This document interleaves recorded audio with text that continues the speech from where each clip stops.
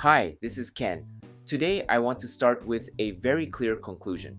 Tesla is not a company losing demand. Tesla is a company intentionally transitioning into its next phase. And if you're a Tesla investor or a long term believer, this distinction is absolutely critical. In this video, I'm not just going to summarize headlines. I'm going to explain why recent sales numbers look confusing, what the market is missing, and how all of this connects to Tesla's long-term strategy. By the end, you'll have a much clearer framework for evaluating Tesla beyond short-term noise. Let's start with what most people are focused on right now: Europe.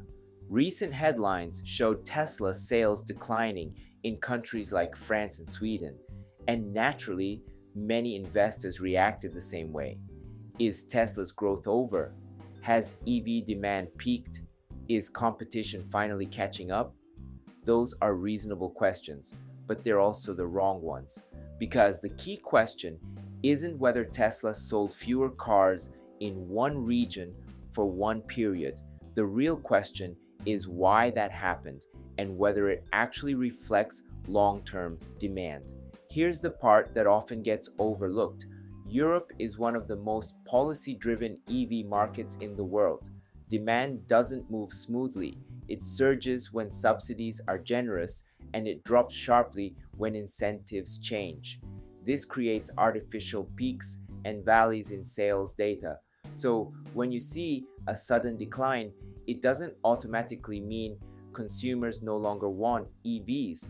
Very often, it simply means demand was pulled forward earlier and the market is now digesting that shift. In other words, what looks like weakness is often just timing, and this is why judging Tesla's entire trajectory based on European registration data is extremely short-sighted. Now let's shift our perspective, because this is where things get interesting. If Europe represents a policy-sensitive market, Norway represents something very different. Norway is a glimpse into the future. In 2025, around 96% of new car sales in Norway are electric. Gasoline and diesel cars are essentially disappearing. This matters because EVs are no longer new or exciting there. They're simply normal. And in that fully mature EV market, Tesla remains one of the top brands. This tells us something very important. Tesla is not just a company that benefited from early EV hype. It's a company that continues to be chosen even when EVs become the default option. That distinction becomes more valuable over time, not less. Now let's take another step and look at China. While Europe was making negative headlines, Tesla quietly delivered around 97,000 vehicles wholesale in China in December. That was the second highest monthly figure in its history. And remember, China is the most competitive EV market in the world. Local manufacturers are aggressive, pricing pressure is intense, and margins are constantly under attack.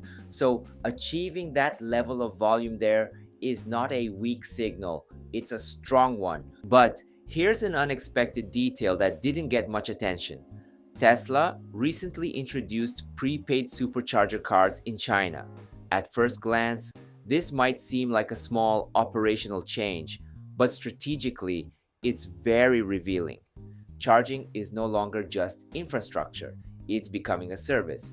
This signals a shift away from one-time vehicle transactions and toward recurring usage-based revenue.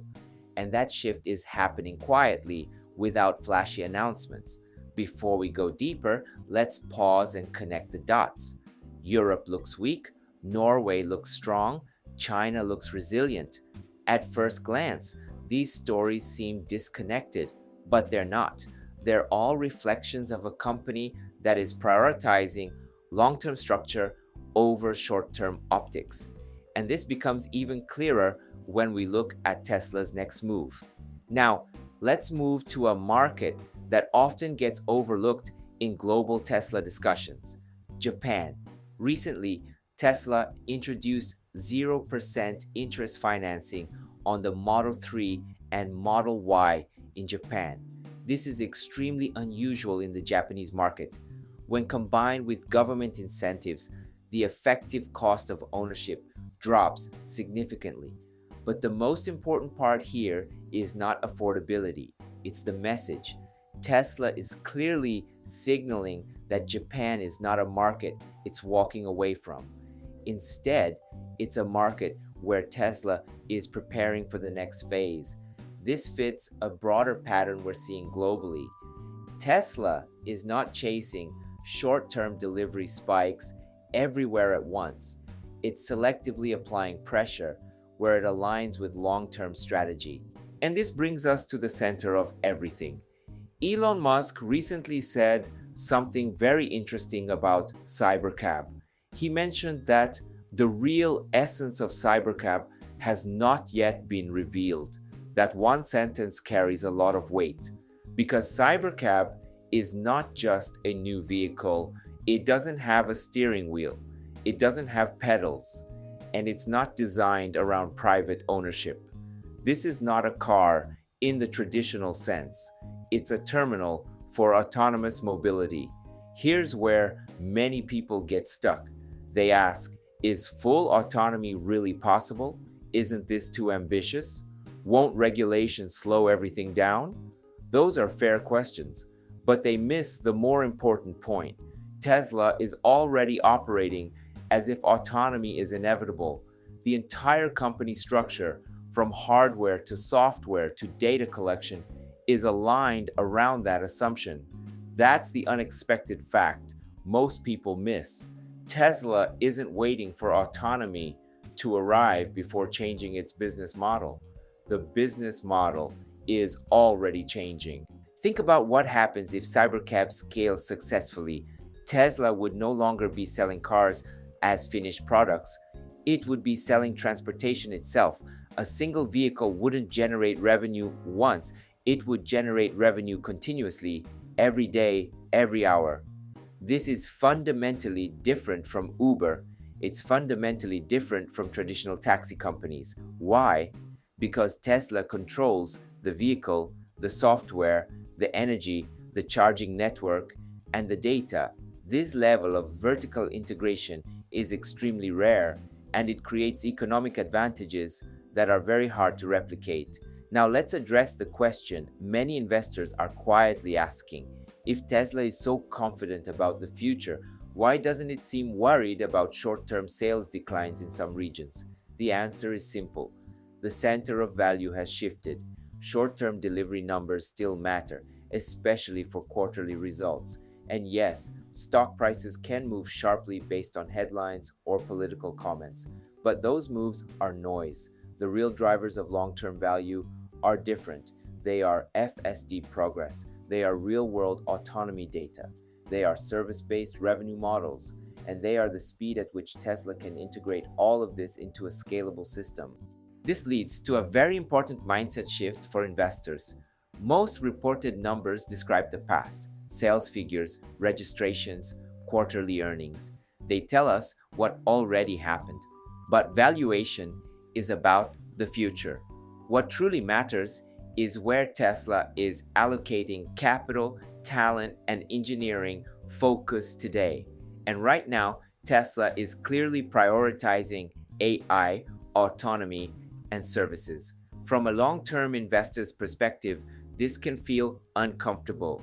Periods of transition always do. The company looks different. The metrics become harder to interpret, and traditional comparisons stop making sense. But historically, this is exactly where long-term value is created. Not when everything looks obvious, but when the structure is changing beneath the surface. So let's bring everything together. European sales declines are not a sign of collapse. They are part of a broader rebalancing. China's strength shows Tesla can still compete in the toughest EV market on Earth. Norway shows Tesla remains relevant even when EVs become normal. Japan shows Tesla is laying groundwork, not retreating. And Cybercab shows where all of this is ultimately heading. Tesla is no longer just a car company, and it hasn't been for a while. It is evolving into an autonomous mobility and energy infrastructure company, one designed for a world where software, data, and services matter more than unit sales. So, here's the question I'll leave you with. Do you judge Tesla based on today's sales numbers, or do you judge it based on the structure being built for the next decade? Neither answer is inherently wrong, but the time horizon you choose completely changes what you see. Finally, let's take a quick look at the stock. Tesla shares have been recovering, recently moving back above the $450 level. Short-term price action will always fluctuate. What matters more is whether the long-term thesis remains intact. And based on everything we discussed today, that thesis looks very much alive. That's all for today. If you found this analysis helpful, I'd really appreciate a like. I post daily content focused on Tesla, AI, and the future of mobility. So if you haven't subscribed yet, feel free to join the channel. Thank you for watching, and as always, enjoy life with Tesla. Before we wrap up, let me take a moment to introduce myself. I drive a Tesla Model Y, and at home, I've installed a Tesla Powerwall, so I actually charge my car with solar energy. I truly believe Tesla is shaping the future, and that's why I share the latest news and insights here on this channel. I'm from Japan, but I want to connect with Tesla fans all around the world. That's why I also create an English version of my videos. YouTube now lets you switch the audio into your own language, so you can enjoy it in whatever language you prefer. Most of all, I'd love to connect with Tesla fans everywhere so we can support Tesla together.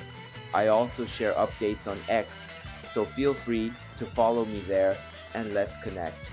And if you haven't already, please subscribe to this channel. I'd really appreciate it. Thanks for watching, and I'll see you in the next video.